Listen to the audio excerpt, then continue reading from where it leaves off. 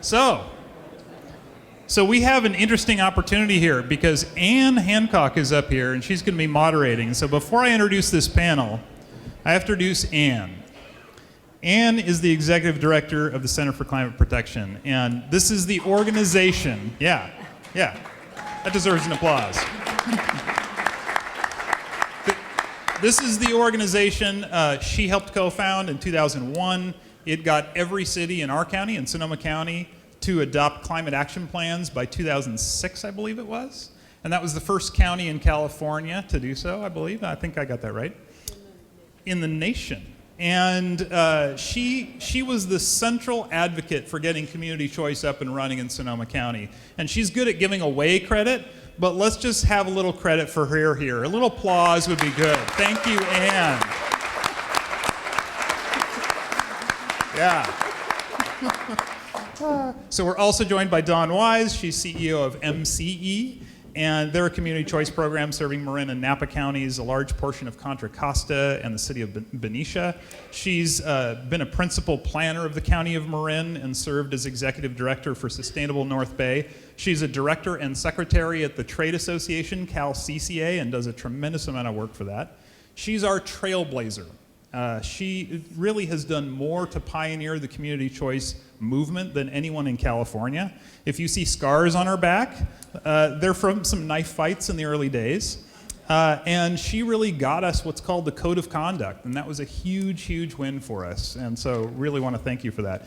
If you live in an area with high land prices and strict environmental regulations like she does, check out what MCE has done with building local renewable resources. It's really impressive. And so she's up here.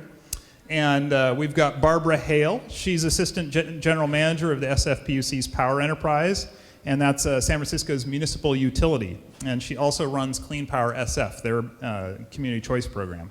And she's both overseeing the launch of a new electric provider while she continues to manage things like the city streetlights and substations. That's kind of astounding. And she might need to do some more hiring soon, I hear. So Barbara also worked for the CPUC as advisor to the president and as an administrative law judge and director of strategic planning. And she's actually president of the Cal CCA Trade Association. So we've got some esteemed people up here. And Jan Pepper is also on stage. And she is CEO of Peninsula Clean Energy. And they're a community choice program serving let's see, they started in October of last year, and they're serving San Mateo County and all of its 20 cities. I believe they got a unanimous, did you guys get a unanimous vote from all 20 city folks to join? That's unheard of. It's pretty astounding. She's also a city council member for Los Altos, which I'm not sure how you do two jobs like that. But she served on the board of the Bay Area Air Quality Management District. She headed up the electric division for Silicon Valley Power, ran an electric energy consulting company for a number of years at Enertron. And she's a director at Cal CCA as well. And a few years back, Jan taught a course at Stanford called The Future of Energy, the Effects of Climate Change, Policy, and Markets. It'd be fun to see the curriculum if the class were taught again today. I would like to take that. And the last panelist up here is Jason Caudle. He's Deputy City Manager for the City of Lancaster, where he managed the formation of Lancaster Power Authority, which operates their city's community choice program called Lancaster Choice Energy. And Jason also served as city manager of Tehachapi and was instrumental in forming the California Clean Energy Authority. And since 2015, Lancaster Choice Energy has been putting the U back in utility, according to their tagline. They serve Lancaster. It's a city of about 160,000 people or so, and he's a director at Cal CCA as well. And Jason's superpower is that he appears to be a regular guy, but in reality, I think he's a clean power ninja. He builds solar facilities faster than we can get permits, and he's creating partnerships with groups like private electric bus manufacturers that scale up faster than I've seen private companies do business. So with that, I turn it over to our esteemed panel. Thank you.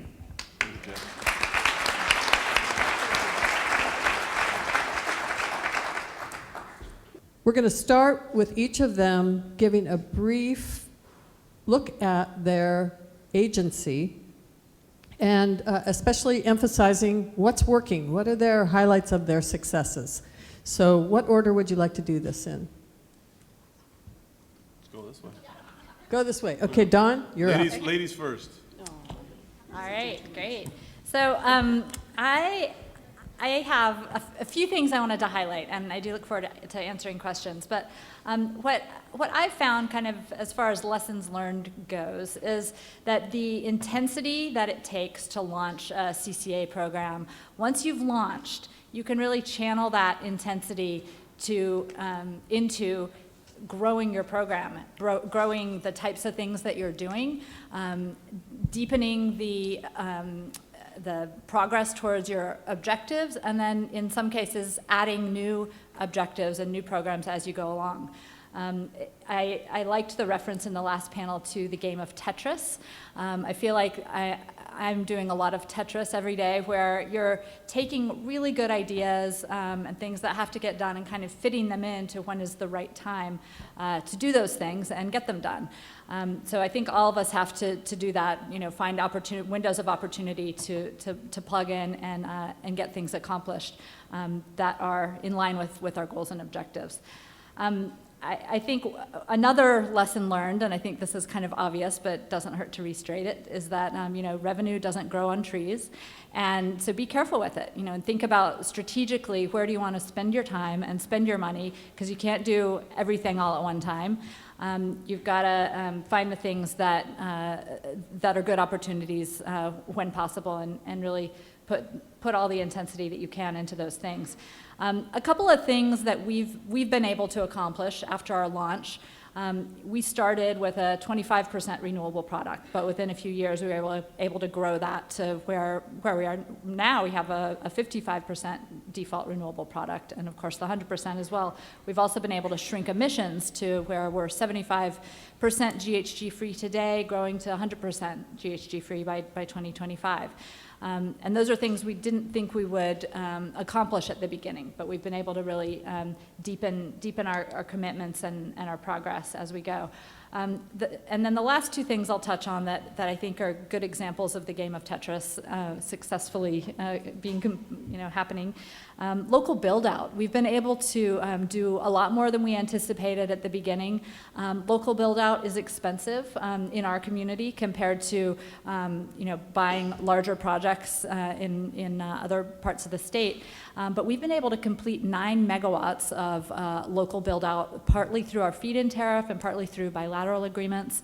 And we've also been able to get a 10.5 megawatt project underway that's using a lot of local labor. It's, this project is going to use folks from Richmond Build, which is a local job training program in Richmond, California, where there's a high unemployment rate. Richmond Build graduates are 30% out of the criminal justice system, and so we're able to kind of get folks into a career path around the green collar job sector. And we have a requirement with that project in line with the City of Richmond's requirement that 50% of all the workers on that project are local hire from Richmond. And that's been hard to do, really hard to do, but we've been able to do it. And we kind of had to think outside the box to make that happen. Our developer literally called all the companies in Richmond that didn't bid on the project and said, hey, why didn't you bid? And often it was, well, this seemed like kind of an overwhelming job to work on, but we do have a few guys that can pour concrete. And we were like, well, we'll sign you up. We're going to have you, fit into these parts of the project. So I think we've been able to create some best practices that we'll be able to follow, again going forward. And then the last program that I think is an exciting piece of what we've been able to accomplish since our launch is the energy efficiency work that we're doing. And we're doing a lot of innovation around energy efficiency in the multifamily sector, load shifting pilot programs, electric vehicle pilots, and those are really hard, time consuming and expensive, but eventually they will pay off too. So. All right. Barbara, you're up. The crowd's starting to get restless. Or rummy. Or rummy, yes. Hi, everybody. It's been a long day, but it's been an interesting one. It's been great to have a chance to network with everyone. I'm very, very happy that that the climate protection folks got us all together, and here we are. San Francisco's experience has been different than the other CCAs.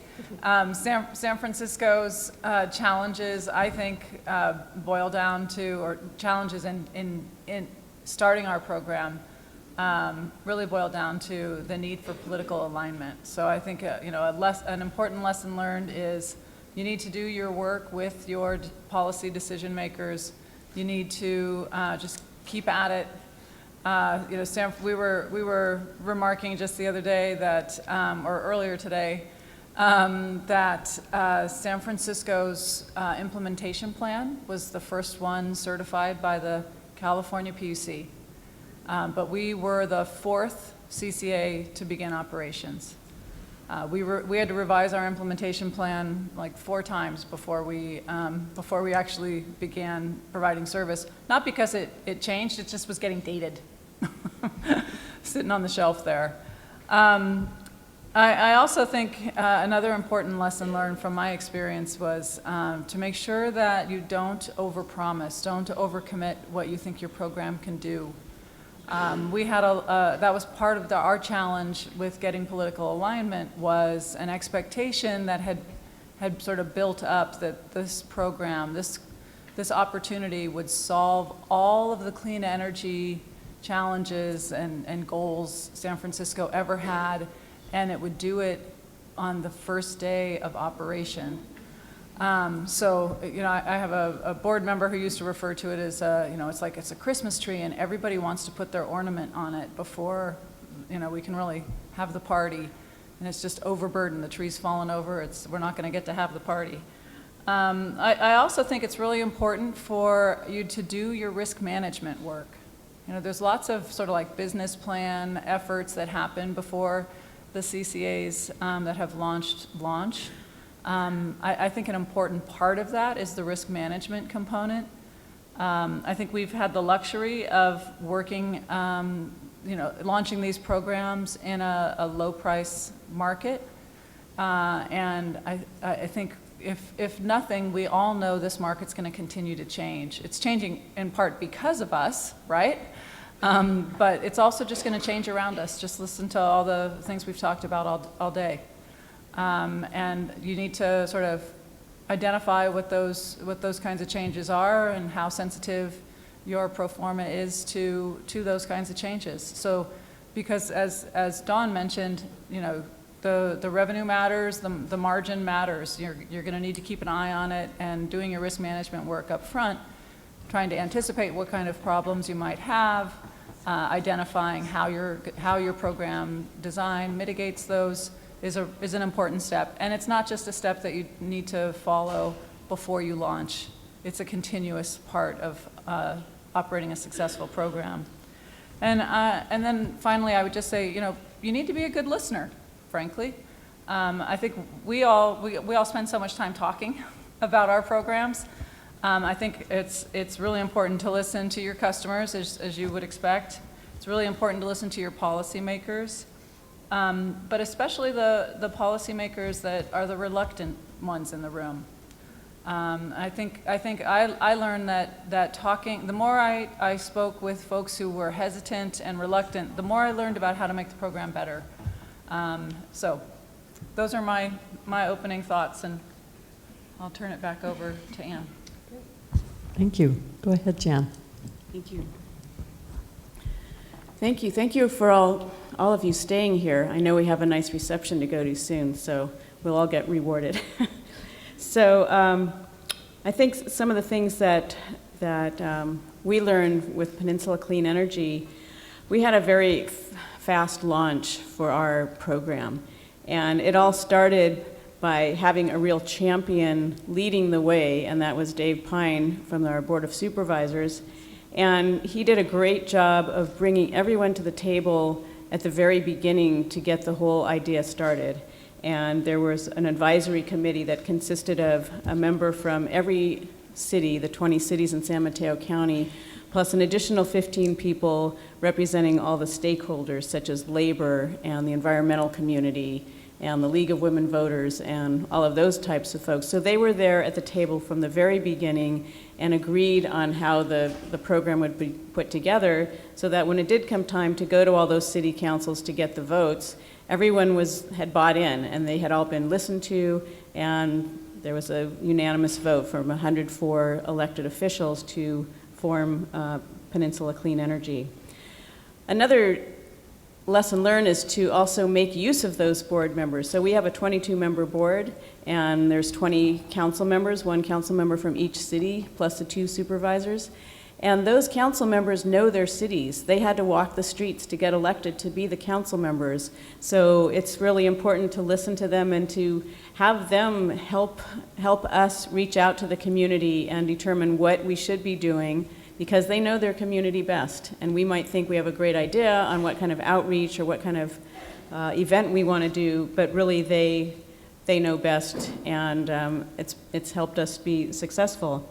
We had a very fast launch. As I mentioned, we started with our first phase in October of 2016, where we reached out to 20% of our residential and our small and medium commercial and our municipal accounts. And we were fortunate to have about half of those municipal accounts opt up to our 100% renewable product. They all wanted to make a statement that, they support what we're doing, they support going 100% renewable, and it's kind of almost like a little competition between the cities. At each board meeting, we'd put up the names of those cities that had opted up, and those cities that hadn't yet, it's like, maybe we better get to work on that. No pressure, of course. And then the second part was we were going to launch in 3 phases, and we decided to combine the second and third phases into one, just because it seemed like if you're going to go out there and do all that outreach, you might as well just let everyone be a part of it at the same time. So we just finished our launch Sunday, April 30th, where we enrolled 210,000 additional accounts. Having the first phase was really good because it did allow us to kind of debug things and to work with our data management group and get some billing things straightened out and other little things here and there, but so that when we did do this huge launch, we were all ready to go and kind of knew what to do. And it's been very successful. I think that early collaboration and getting everyone to the table at the very beginning has been a great part of our success, and at this point in time, I don't have the new stats for the end of this week, but as of last week, our opt-out rate was 1.3%.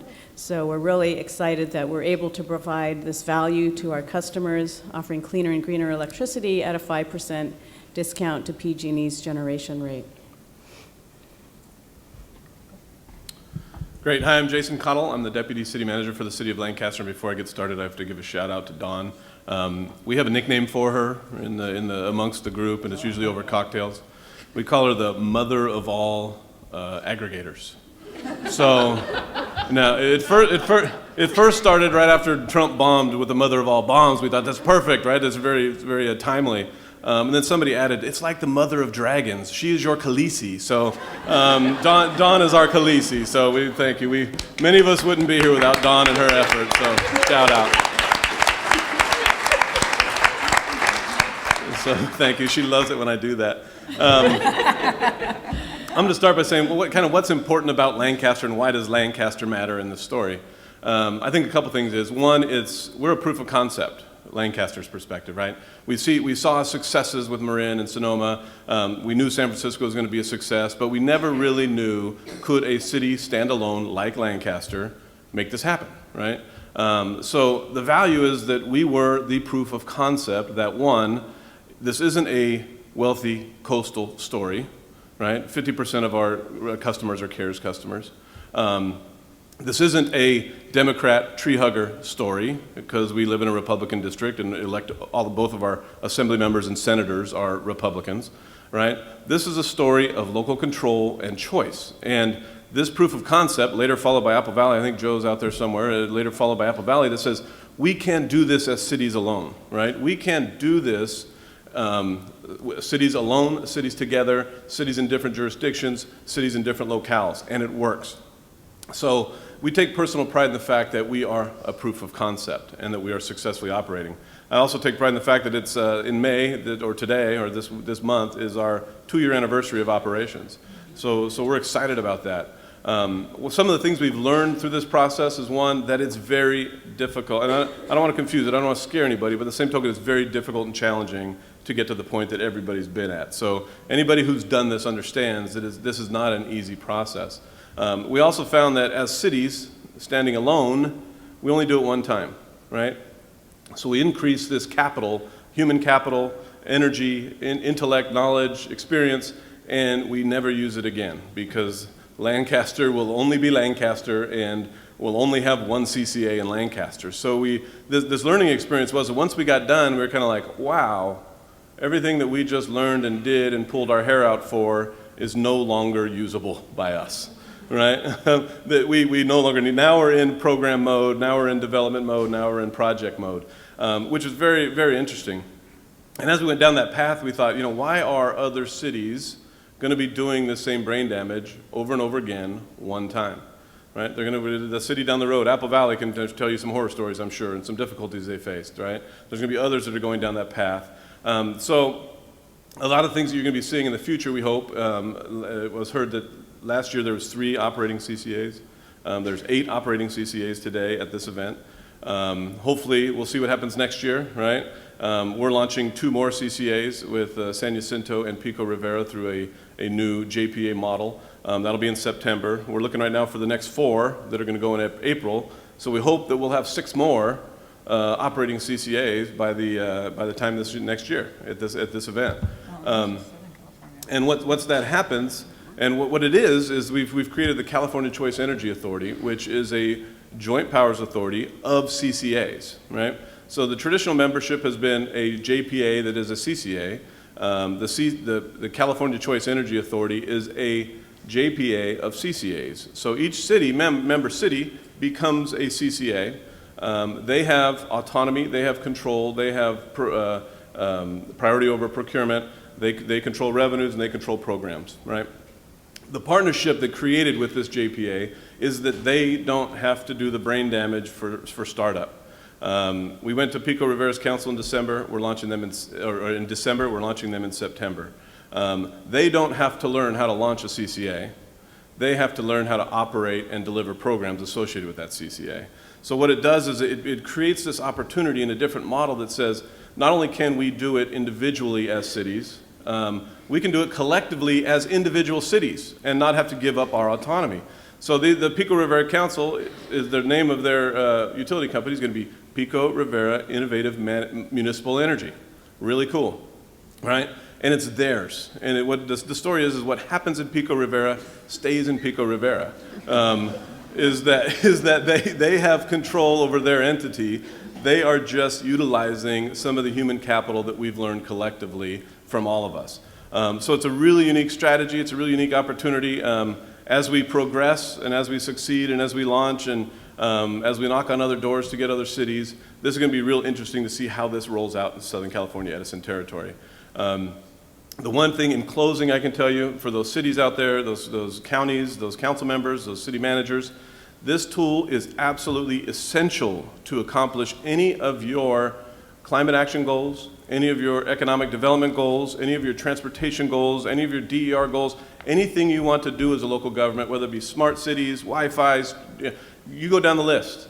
This tool is essential for every local government to implement and operate and benefit from. I believe that so strongly that go do it now. Don't let people confuse you about how difficult it is like I did. Just go do it, right? And ask questions later. So anyway, thank you guys very much.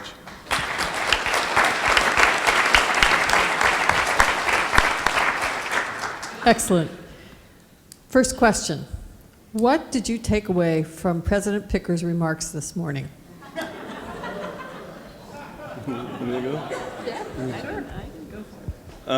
I think one thing that was interesting, and he mentioned it, and there was one person that raised their hand, I think it was David, the city of Davis. He said, when are we going to see local governments take control, do the things that you're supposed to be doing as local governments? And the reason you haven't yet is because we're not established well enough yet. But he is absolutely correct in that our powers as local government through regulation, through ordinance, through on-bill financing, through bill payment when you are a CCA. Those tools are the only way, and we've said this a couple of times, are the only way the state is going to accomplish their goals. They're not going to be able to go do it through the IOUs. They're only going to be able to do it through local government. And I think I hope that was the message he sent. That's what I heard. What I heard is that that the PUC's goal is to reduce greenhouse gases, and that he's really interested in fuel switching to electrify home heating and to electrify transportation.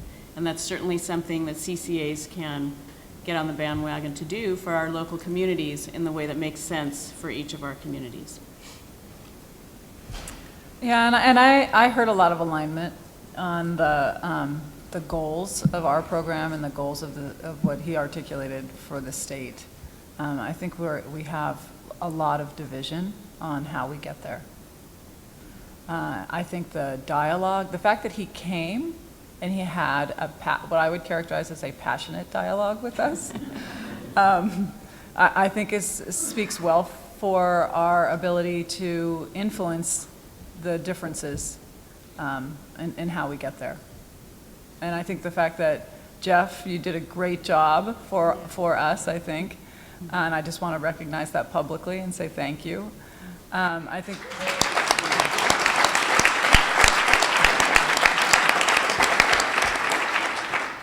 I think the type of rapport that came through is really important for us, and I think keeping the channels of communication open are what we should be doing.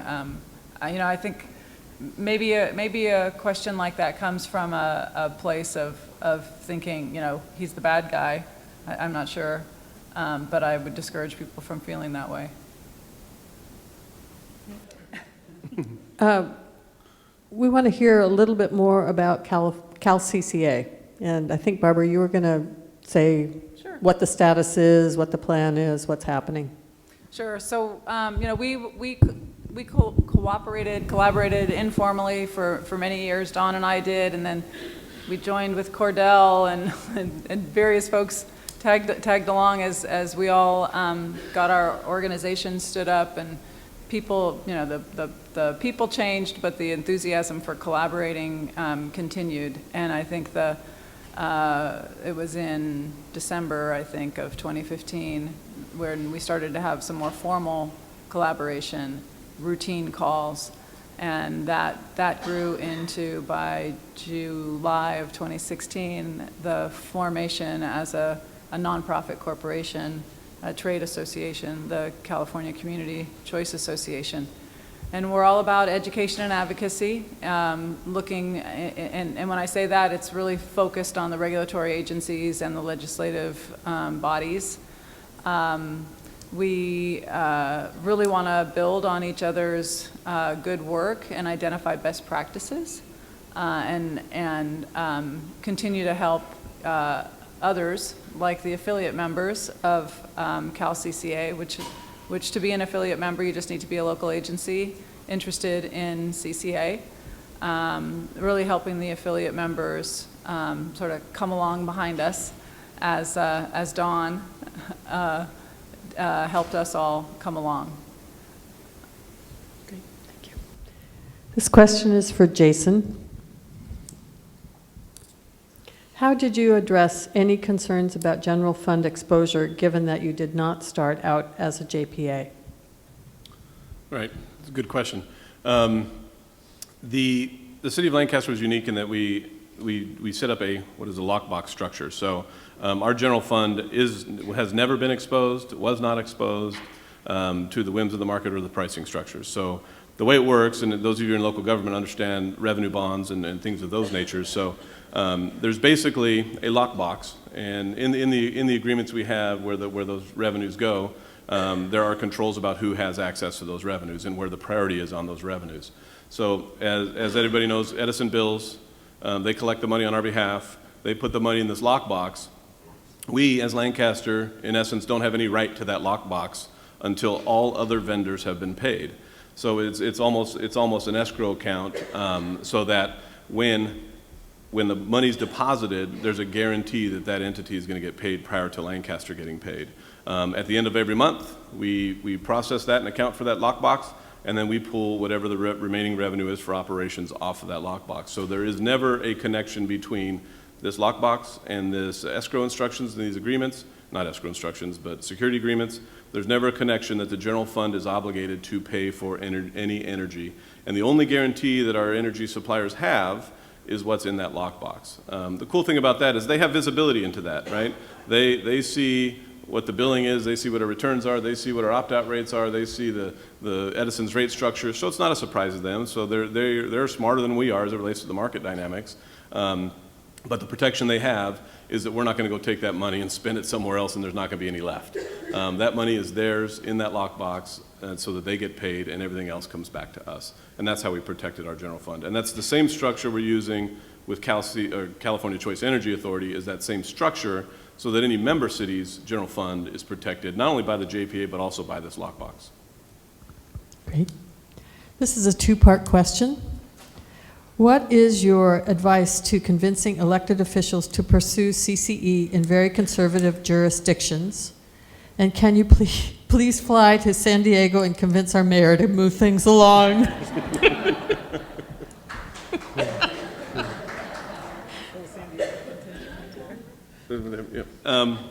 So I think the conservative question I think comes my way. I don't know if there's anybody else on the list. Our mayor, first of all, our mayor is a huge champion and I don't want to say believer in global warming, but nowadays I guess you have to believe in it. Believes that the Earth is going to be impacted by global warming. So we have a champion. I think that's number one. Is you have to have, whether you're a conservative community or a liberal community, you have to have a champion, and a very strong champion that's rooting you on, right? And fortunately, it's our mayor, who's a very successful mayor and a very successful businessman, so he understands the risk. So that's number one. Number two is we didn't, our name is Lancaster Choice Energy. It's not Lancaster Green Energy. It's not Lancaster Clean Energy. Because you know what, our citizens, frankly, 50% of them are on the CARES rate. They don't care, right? They care about price, right? And they care about us following the law, obviously, and doing it financially feasible. But it's part of the story you tell. I think we have historically told it's a green story, and Lancaster's is definitely a green story. But for those people who are benefiting from it, we also told them that they're saving money every month, which they are. We also told them this is an economic development tool, which it is. We told them that there's going to be local jobs and investment, which it does through the electrification of our bus fleet, through the construction of local solar. They see it every day. We have the IBEW, and I don't know if Jennifer's still here or not, but they come to our council meetings and tell the story of saying, this is a union in a conservative area, telling us, saying, we want you to approve that project. This means jobs to us. We are proud of what you're doing. So I think it's how you tell the story. If you tell the story, and we see some of this in Southern California too, is that if you tell a story that it's a green story, well, sometimes that green story clouds and distracts people from the real true opportunity that exists with CCA, especially if you know you're in a conservative community. You got to balance that story. Anybody willing to go to San Diego? I'll go to San Diego. I can join the California Choice Energy Authority. By April, you'll be going. Or your money back. Next question. How are you managing to balance program's innovation with affordability and equity? Let me repeat that. How are you managing to balance program innovation with affordability and equity? Yeah, I can speak to that. So I think that as I said before, having your revenue stream in place is really the first step. But then, you need to determine what are the local priorities to focus on with the revenue that you can allocate in that direction. One thing that's been really useful to us, and it took a lot of work, but we've been able to get a revenue stream in place from the CPUC, the California Public Utilities Commission, to operate energy efficiency programs. And so we're not needing to use our generation dollars for a lot of our programs on the energy efficiency side. And we've also been able to tap into some grants that are able to complement things that the CPUC doesn't fund. In addition to the standard energy efficiency revenue stream that we got in place in 2012, we recently applied for and received another chunk of funds from the CPUC for the LIFT program, the Low Income Families and Tenants program, that is really focused on hidden communities and communities that haven't been served effectively by the IOUs. Folks that, you might have overcrowded apartments, or folks that are afraid of immigration, or folks that are afraid that there might be a permit violation and they don't want to elect, a city official coming into their place. And so we've been able to work with local youth, local job training programs, folks that are trusted in the community to help run those programs. So, I think big picture, to answer the question, identifying other revenue streams where you can, leveraging the funds that you already have as a CCA to kind of get things started and do seed funding and do pilots, and then figure out what works best before scaling up those pilots into larger programs.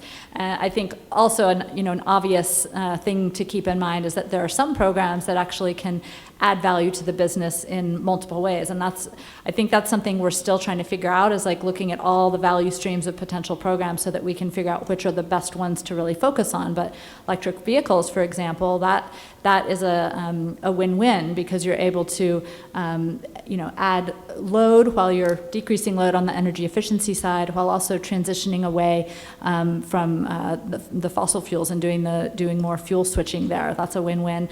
Other programs that we have on the energy efficiency front are a win-win, because we're engaging with customers. It helps them know us and have a good opinion of what we're offering, and the incentives that we offer for energy efficiency are great for building customer relationships. So those are some of the tools that I would recommend keeping in mind. Yeah. Any words of wisdom for developers in the room on how to successfully work with CCAs? Also, does the upcoming expiration and phase out of PTC, ITC pose a concern to CCA's future procurement needs? For Peninsula Clean Energy, we decided to go out quickly to the market once we got launched, probably a couple weeks after we got launched, to put out a large RFP to the renewable community for some long-term power purchase agreements. And we had an overwhelming response. We had dozens of companies respond. We had hundreds of projects proposed to us, and we're slowly getting through that and trying to figure out what the best projects are. So I think, and we used a platform. Our procurement director, George Wiltsey, came from that he who will not be named in Southern California company. But he had a lot of experience doing power purchase procurement for the large utility and brought that experience to us. So I think part of it is, part of what helped us be successful in this was bringing on someone who knew exactly how to do this kind of procurement and knew a lot of developers and knew what kind of questions and what kind of information we needed to put out there. So in the future, we might do that again, but certainly as CCAs, we have a lot of procurement we need to do. We are open to getting proposals from developers all the time. We feel this is a great time to be out there in the market, because there is actually a lot of uncertainty about whether the PTC and the ITC and all those things are going to be extended. With the current administration, it looks probably not too positive. So we're actively looking to fill up our book, or a portion of our book, as our board sees fit. Yeah, and if I could add to that, a couple of tips I would recommend. Number one, educate your teams about CCAs in advance. What is never fun is to go through a negotiation process, and then at the end of the day, your credit team hears about CCA for the first time and has, a long list of questions and wants to spend another month trying to figure out, who are CCAs and how do we work with them. We've done a lot of education, over the years with developers and other counterparties. And the counterparties that have been most successful in working with us are the ones that really educate their teams and take it upon themselves to really get comfortable with the CCA model. Those that haven't gotten comfortable, aren't working with us and with CCA. So I think that's really important, and doing that ahead of time so that it doesn't become a burden on the CCA during the transaction is, I think, really important and good advice. Another thing to keep in mind is, be prepared and have your team be prepared to move pretty quickly. CCAs we transact at a different pace than the IOUs, and when it's important to kind of be prepared to move sequentially through the process and not revisiting things over and over. And the last thing I would recommend is, be prepared to be flexible and getting on. I think all of us have, RFP distribution lists. Getting on those lists is a good idea if you aren't already. But think about products that might be a good fit for us. And I'll just give you one example. MCE has a lot of renewables in our portfolio, and so we're going to be looking for products in the evening hours, and those could be storage products. Those could be, a wide range of different supply options. But that type of flexibility is something that CCAs can take advantage of today. We don't have to wait for some market transformation to happen in a few years, but we're ready for those innovative, flexible projects today. In a future with 100% retail choice, what are the arguments to preserve the public opt-out mechanism? Stump the stars. Yeah, I'll take a shot. I'm not sure that I am fully grasping the question, but I don't see that as an issue. I don't think that there's a threat to the way that that CCA statute is currently written. So I don't see that as a threat. Did someone else read anything different into that? Okay. Where have your biggest pain points been with the utilities? Where are the best opportunities for partnership? For those in Southern California Edison territory, I think Catherine's here somewhere. I don't know if she's still here or not, but we have had an excellent working relationship with Southern California Edison. They're, the Weisz to partner. We tell a story. It is a partnership, right? These are hardworking folks that have been working hard to try to get us launched, that got us launched, that are working on our next cities to get launched, and they've done a great job. And I think there's opportunities to partner in the sense that how do you work together to solve those problems as they roll out? Because there will be problems. But I think the opportunity exists, at least at Southern California Edison territory, to work very closely with the people at SCE because they're doing a fantastic job. And they have challenges just like we have challenges, and I think the opportunity exists is to be patient, and they're patient with you, and as long as you're patient with them, and they've really worked well with us. Yeah, and I would actually ditto that with PG&E. I hear Dave is here. Are you here, Dave? Where? Oh, there he is, Dave Gutierrez in the back, who leads the team at PG&E that works with the CCA community. In fact, he's sitting right next to our PC marketing guy, so, to Dan Lieberman. So, they work really hard, and with all of the CCAs forming, we put a lot of demands on PG&E, and I would have to say that they've been very cooperative, and that's their job, is to work with us. And we've been very grateful for the attention that they've put on our issues. We talk to them regularly. We have a weekly call with them, and they're always there, and they bring to the table whoever needs to be brought to solve whatever the issue is. So I'd have to say it's definitely a partnership. Our customers are still PG&E customers, and they're getting their generation from us, but they're still PG&E customers, and it's it makes sense to work together and have a good relationship. Pain points? Anybody want to address pain points? No? Yeah, no, well, I'll say one thing. I think that one of there's a bit of a there's a size difference, right? And I think that there's also a kind of the historical functions of the IOUs haven't been the IOUs aren't set up to serve CCAs, or haven't been in the past. So they're needing to adapt themselves really quickly to the many demands that we have. And I think I agree with Jan and Jason that I think they are really stepping up the game to do that these days, and it's really noticeable. I think where we see pain points, it's on both sides, where there's a billing system, for example, that was built for a very different function than what CCAs need it for. And so, when we're needing to extract data or get, real-time information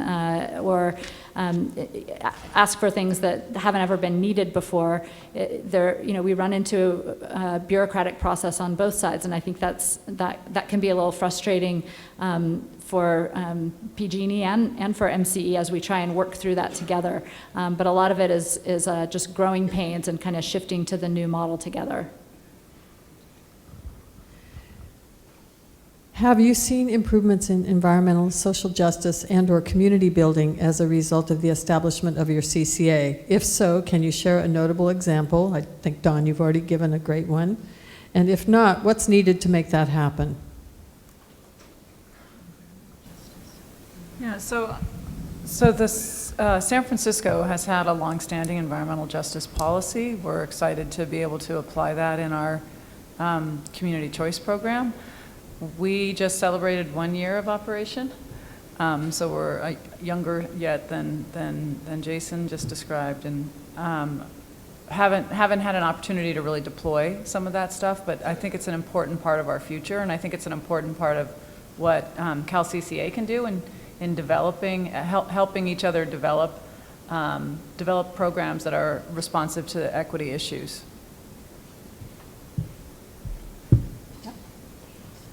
Okay. Last one. To the folks on the panel who run more mature CCAs, actually, I'm going to switch this around.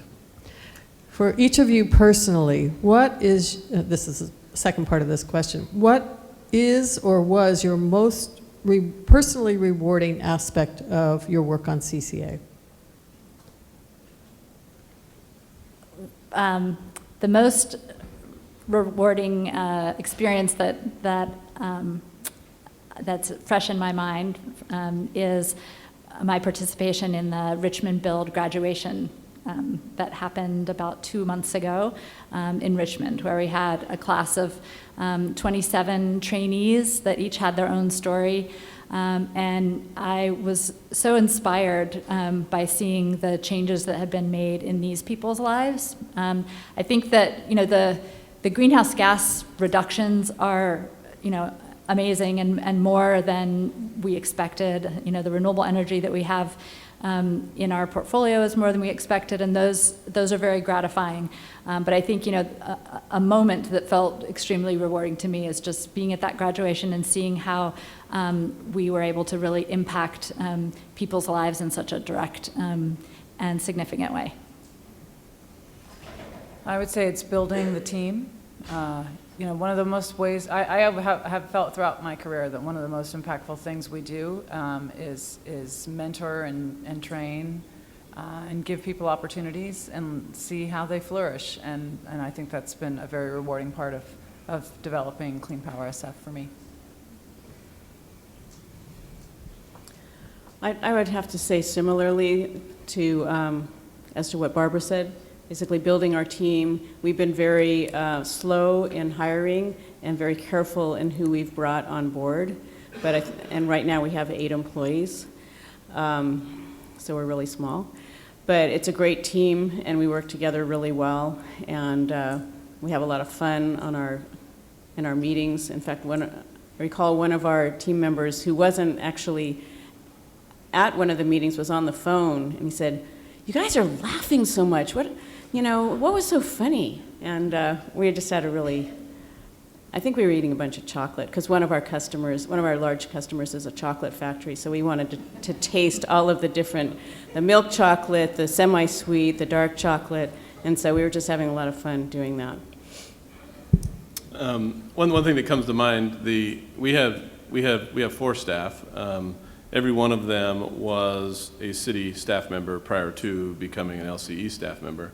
So the funnest part was, for me, and I guess most rewarding, is watching them go from having zero knowledge whatsoever, I mean, goose egg, as relates to energy delivery, energy markets, energy everything else, to what I'm personally proud of, being the experts in the field at this point in time.